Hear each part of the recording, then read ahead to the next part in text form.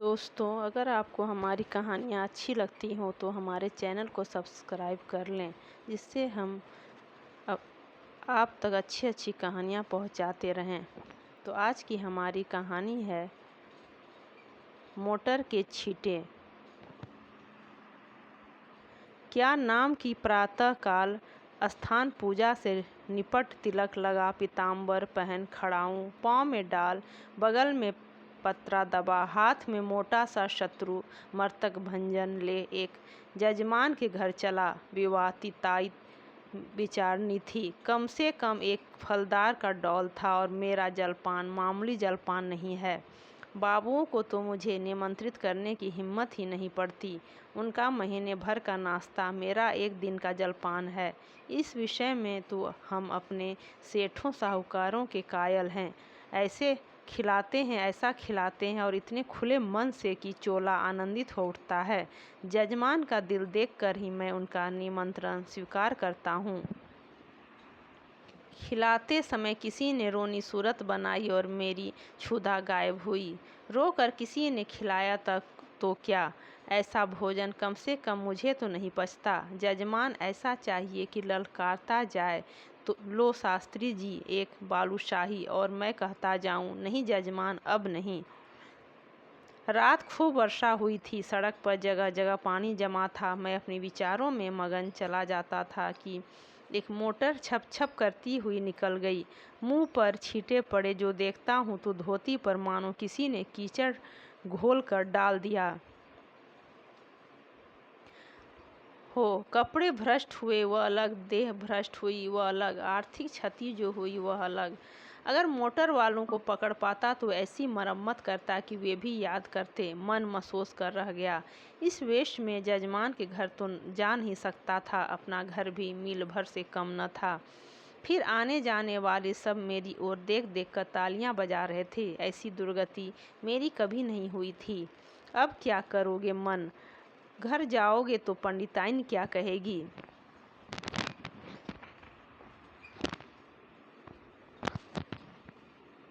मैंने चटपट अपने कर्तव्य का निश्चय कर लिया। इधर उधर से 10-12 पत्थर के टुकड़े बटोरे लिए और दूसरी मोटर की राह देखने लगा। ब्रह्म तेज सिर पर चढ़ बैठा। अभी 10 मिनट भी न गुजरे होंगे कि एक मोटर आती हुई दिखाई दी। ओहो, वही मोटर थी। शायद स्वामी को स्टेशन से लेकर लौट रही थी। ज्यों ही समीप आई मैंने एक पत्थर चलाया, भरपूर जोर लगाकर चलाया। साहब की टोपी उड़कर सड़क के उस बाजू पर गिरी। मोटर की चाल धीमी हुई। मैंने दूसरा फेर किया। खिड़की के शीशे चूर चूर हो गए और एक टुकड़ा साहब बहादुर के गाल में भी लगा। खून बहने लगा। मोटर रुकी और साहब उतर कर मेरी तरफ आए और घुसा तान कर बोले, सुअर, हम तुमको पुलिस में देगा। इतना सुनना था कि मैंने पोथी पत्रा जमीन पर फेंका और साहब की कमर पकड़कर अंग्रेजी लगाई तो कीचड़ में भत से गिरे। मैंने चट सवारी गाठी और गर्दन पर एक 25 रद्दे ताबड़तोड़ जमाए कि साहब चौधिया गए। इतने में उनकी पत्नी उतर आई। ऊंची एड़ी का जूता, रेशमी साड़ी, गालों पर पाउडर, होठों पर रंग, भवों पर स्याही, मुझे छाते से गोदने लगी। मैंने साहब को छोड़ दिया और डंडा संभालता हुआ बोला, देवी जी आप मर्दों के बीच में न पड़ें, कहीं चोट चपेट आ जाए तो मुझे दुख होगा। साहब ने अवसर पाया तो संभल कर उठे और अपने बूटदार पैरों से मुझे एक ठोकर जमाई। मेरे घुटने में बड़ी चोट लगी। मैंने बौखलाकर डंडा उठा लिया और साहब के पांव में जमा दिया। वह कटे पेड़ की तरह गिरे। मेम साहब छतरी तान कर दौड़ी। मैंने धीरे से उनकी छतरी छीन कर फेंक दी। ड्राइवर अभी तक बैठा था, अब वह भी उतरा और छड़ी लेकर मुझ पर पिल पड़ा। मैंने एक डंडा उसके भी जमाया, लौट गया। 50 आदमी तमाशा देखने जमा हो गए। साहब भूमि पर पड़े पड़े बोले, रेस्केल, हम तुमको पुलिस में देगा। मैंने फिर डंडा संभाला और चाहता था कि खोपड़ी पर जमाऊं कि साहब ने हाथ जोड़कर कहा, नहीं नहीं बाबा, हम पुलिस में नहीं जाएगा, माफ़ी दो।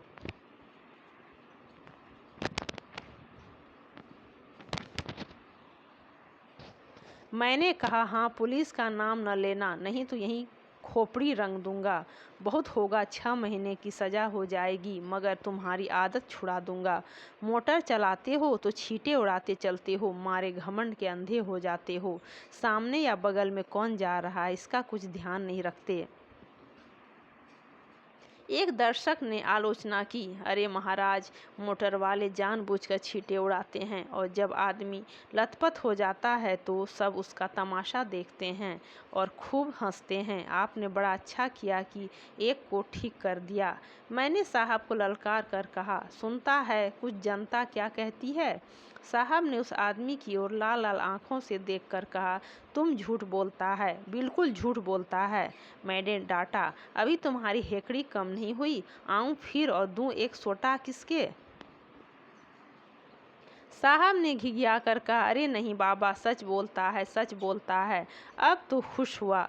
दूसरा दर्शक बोला, अभी जो चाहे कह दे, लेकिन जो ही गाड़ी पर बैठे फिर वही हरकत शुरू कर देंगे।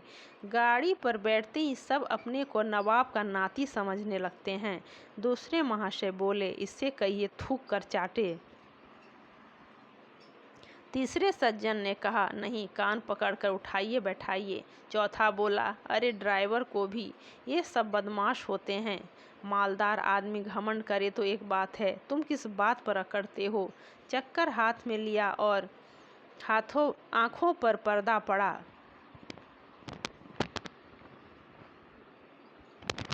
मैंने यह प्रस्ताव स्वीकार किया। ड्राइवर और मालिक दोनों ही का कान पकड़कर उठाना बैठाना चाहिए और मेम साहब गिने।